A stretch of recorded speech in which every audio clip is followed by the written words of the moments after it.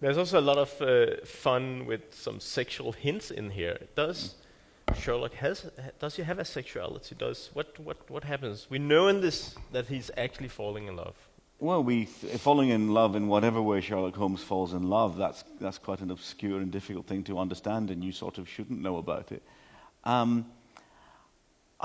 You have to be never definitive about it. We know we can be definitive about John Watson, who's been chasing women for over 100 years. We sort of know where his interests lie.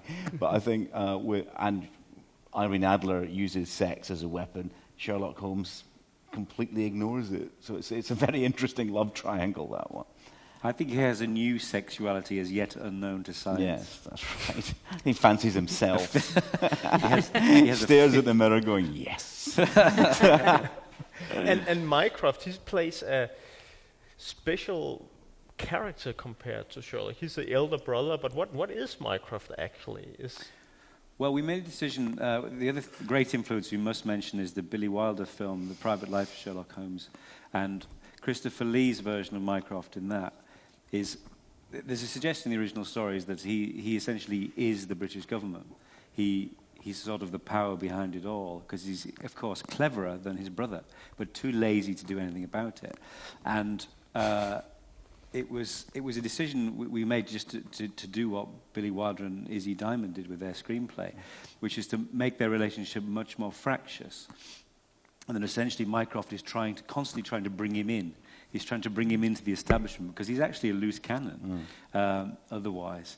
And I mean, we sort of thought that really, rather than doing that psychology thing of imagining they must have had some terribly traumatic childhood, that perhaps they're really more like Niles and Fraser Crane. And they have perfectly ordinary parents, and they just go, who are these people?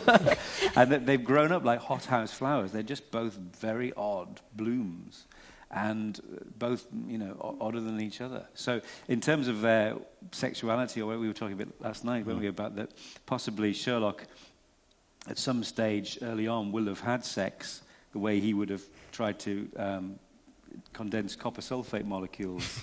He might have done it and ticked the box. Timed it. And timed it. But what that actually means to his soul and his romantic side, who knows? I mean, he does fall in love with Irene Adler, but what is it? Is it an intellectual love affair? Is it because they're both dangerous people? What is it? It's as Steve says, it's not as boringly obvious as sex. It's love among the deranged, isn't it? Yeah.